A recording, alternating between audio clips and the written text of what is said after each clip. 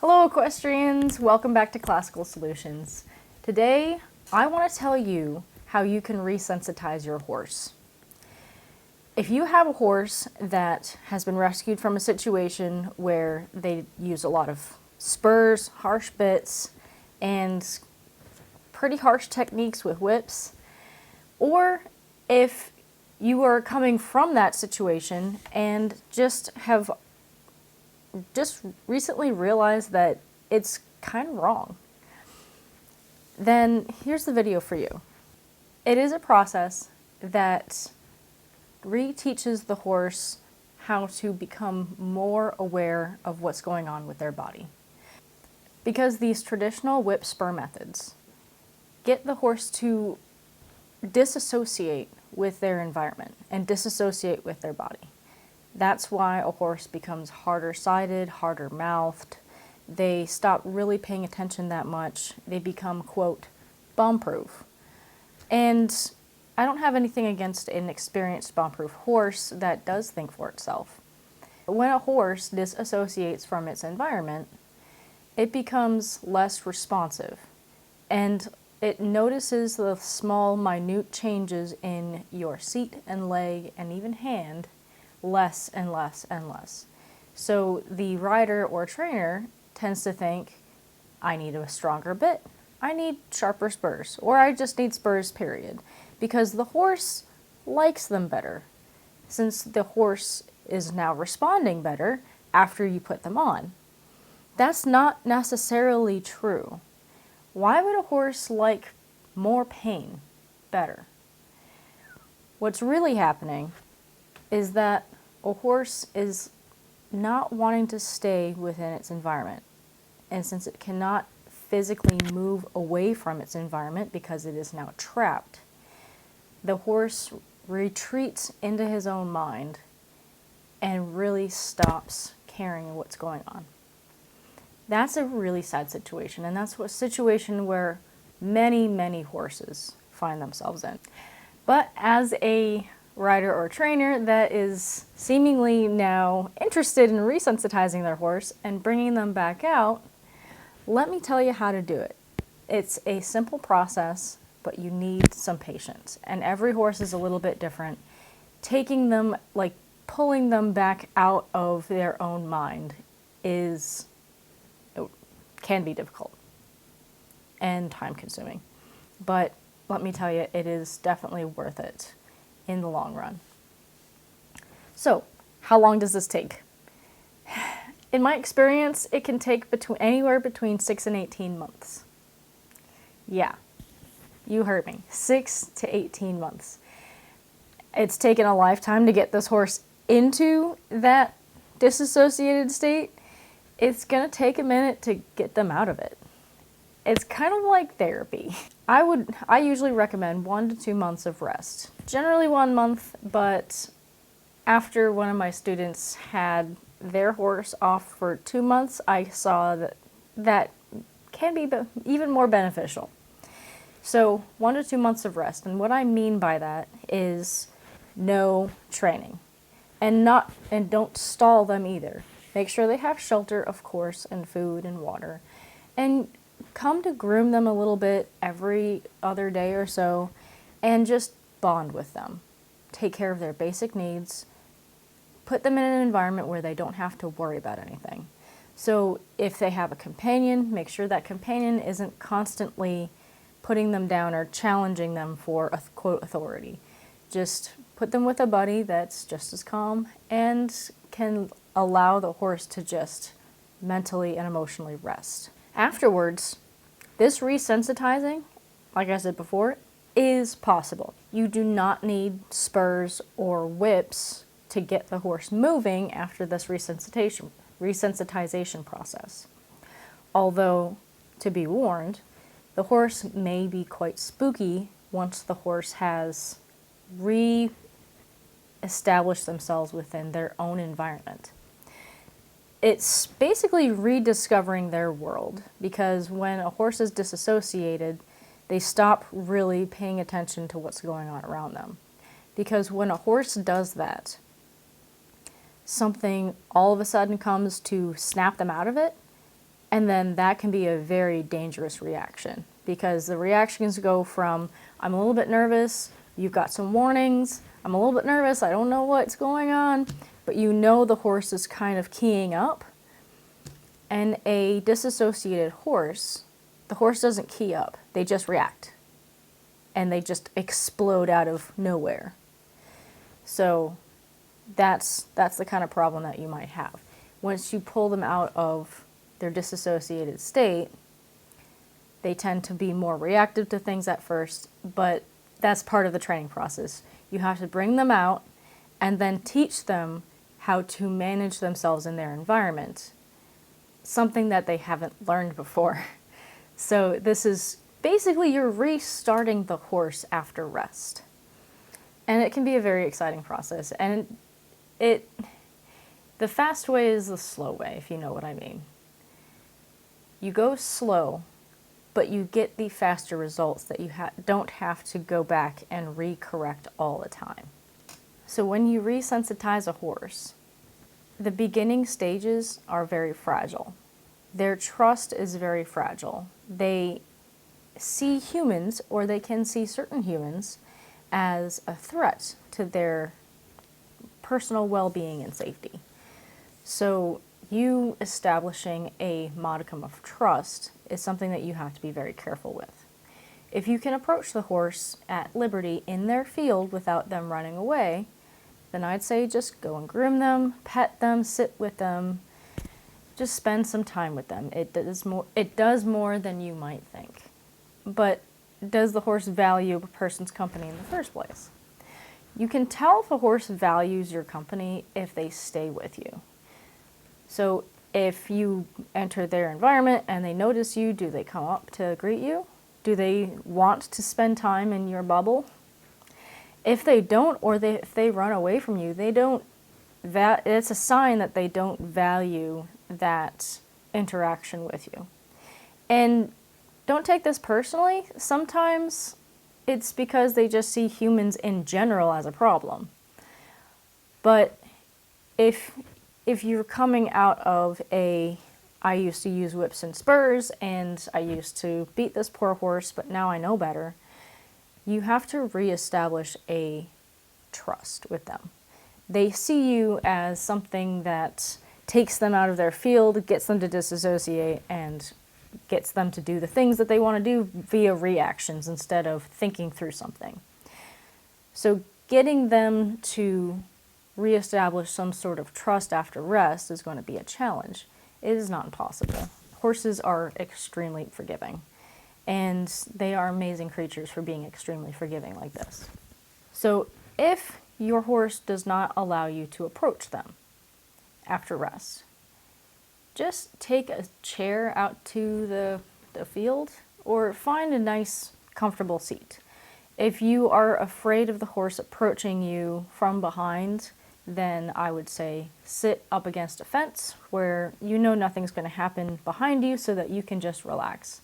You relaxing is very important, because having a low heart rate, something that exudes calmness and relaxation, is something that your horse needs and can be attracted to, because the horses tend to be attracted to other horses or other beings such as humans that get them to relax, to get them to feel safe in their environment. If they see you as a person that makes them feel safe and comfortable in their environment, they will want to spend more and more time with you. So becoming that person is the first challenge. Eventually, the horse will approach you. I know it might seem impossible, but horses are very naturally curious creatures, and you just sitting in their environment doing nothing can be a little weird for them, because if they've never seen that before in their environment, then it's actually very strange to see. So they will eventually approach you out of just pure curiosity. Now, you don't want to have any kind of food rewards or treats on you at this time. You really want them to genuinely come closer to you because they want to be in your company. And that's a test, that's a building up of actual trust, not operant conditioning to come close to you because you have a treat. We will use treats and positive rewards later, but we don't want to do it now. We want to actually establish a real relationship with them. Once you have gotten the horse to approach you, you do not want to start reaching out with your hands.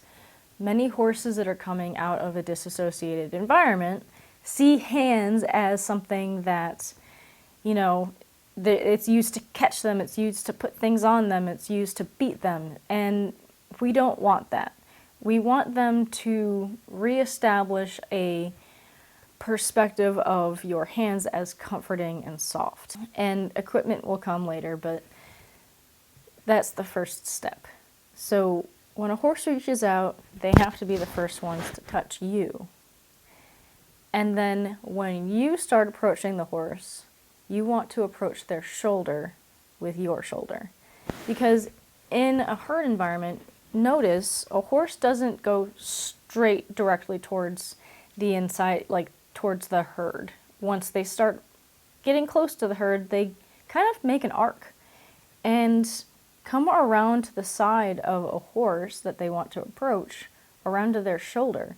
And then once each of them are, each of their heads are kind of at each other's shoulder, they come around and sniff each other.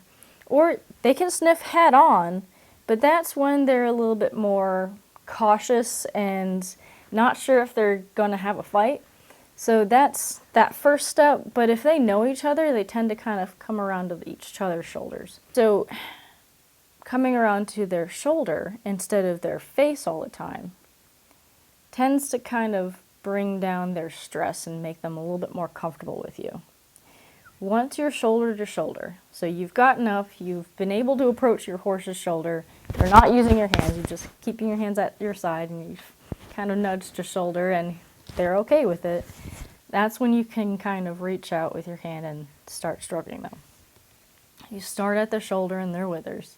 You find a good scratching area, you get them to, you don't get them to do anything. You go and find their itchiest area, and that generally tends to be right behind the withers in a lot of horses, because when they roll, they can't reach that spot unless they have a friend that reaches that spot for them. So that's a good spot to try and start out with. But these types of interactions are not just like one day, done, check off the list. This interaction has to be over a larger period of time after the rest period. So 1 to 2 months of just, if you can approach them, groom them, make sure their basic needs are taken care of. That's when you can start with this approaching process. Now I know there's a farrier problem if you cannot catch the horse. That's when I would say if you need to give them medical attention or farrier attention, that's when I would say approach them with some food and try to catch them that way. But keep that to an absolute minimum. Generally, that's one of the reasons why I suggest 1 month of complete time away from people, because that's right about when you can start trying to interact with them to try to catch them in a positive manner. 2 months can be more like if they see generally trainers or people with tools as a problem, but they don't see you as a problem, if you know what I mean. But every case is a little bit different, and that's why you kind of, unless you know the nuance, you do need a coach to help you through this process. Once you have a relationship established and have a tentative trust with your horse, that's when you can kind of start approaching them instead of waiting for them to approach you. Now, sometimes horses will start coming to you and approaching you first, way from the back of the field, and that is absolutely okay. If they value your company so much that they will run from the one side of the field to the other, that is a good sign. Start bringing out a halter and lead rope. Just carry it, walk around with it, see if the horse will follow you around. See if the horse will start investigating that new thing that you have hanging off of your body. Because you have established yourself without anything coming into their space, and now you all of a sudden have a different thing that smells different. If they've been domesticated, they probably recognize that as a halter for catching. So that's why you don't want to immediately catch them with it. You want to walk around with it, get them to investigate it, get them to be extremely comfortable with you just having it around. And don't worry about trying to catch your horse immediately. I mean, this is part of the process. This is a relationship trust building part of the training process that is extremely important to establish. Once you have that established, that's when you can start trying to halter them.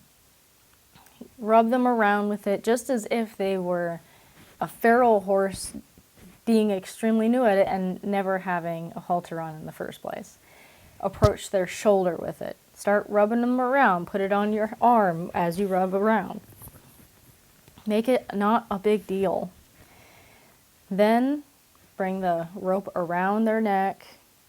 But kind of do some carrot stretches with their neck. Not carrot stretches as in treats, because we still don't want to do treats right now. But see if they'll give to that pressure of just the rope around their neck without freaking out. And then that will be its own session for like that day. Then come again the next session. See if you can do even more with the rope. See if you can get around their poll and their ears without them freaking out. If they do freak out, or if they do no longer want to be with you in that situation because now you have that, that's when you have to step back a couple of steps and reestablish that this isn't a big deal. So you're just carrying it around, you're not going to use it, let them investigate again. If a horse starts showing signs of real stress, I'm not sure what this is, but I'm still willing to stay with you to find out, but stress as in they are completely running away from you. That's when you have to take a couple of steps back and reestablish the step that was the most comfortable before. So, like I said, a process. Trust the process. So after all of these steps, and you finally get this halter on this horse, lead them around their field with it. Also make it not a big deal. Don't lead them out of the field just yet. Do that over and over until they are completely calm and nothing is a big deal anymore, and just spending time with you is the thing that they want to do. That's when you want to start trying to lead them out of their field. And things will get easier as you keep going along, because once a modicum of trust is established and they're like, well, I'm okay with experiencing new things because I'm with the person that helps me feel calmer and calms me down and is going to protect me from any dangers. That is when you can try more new things more quickly, and the horse is less likely to really freak out about it. So this is why when you're resensitizing a horse, those first steps are so important.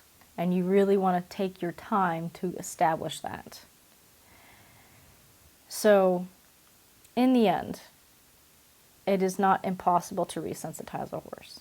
It takes time and it takes effort on your part.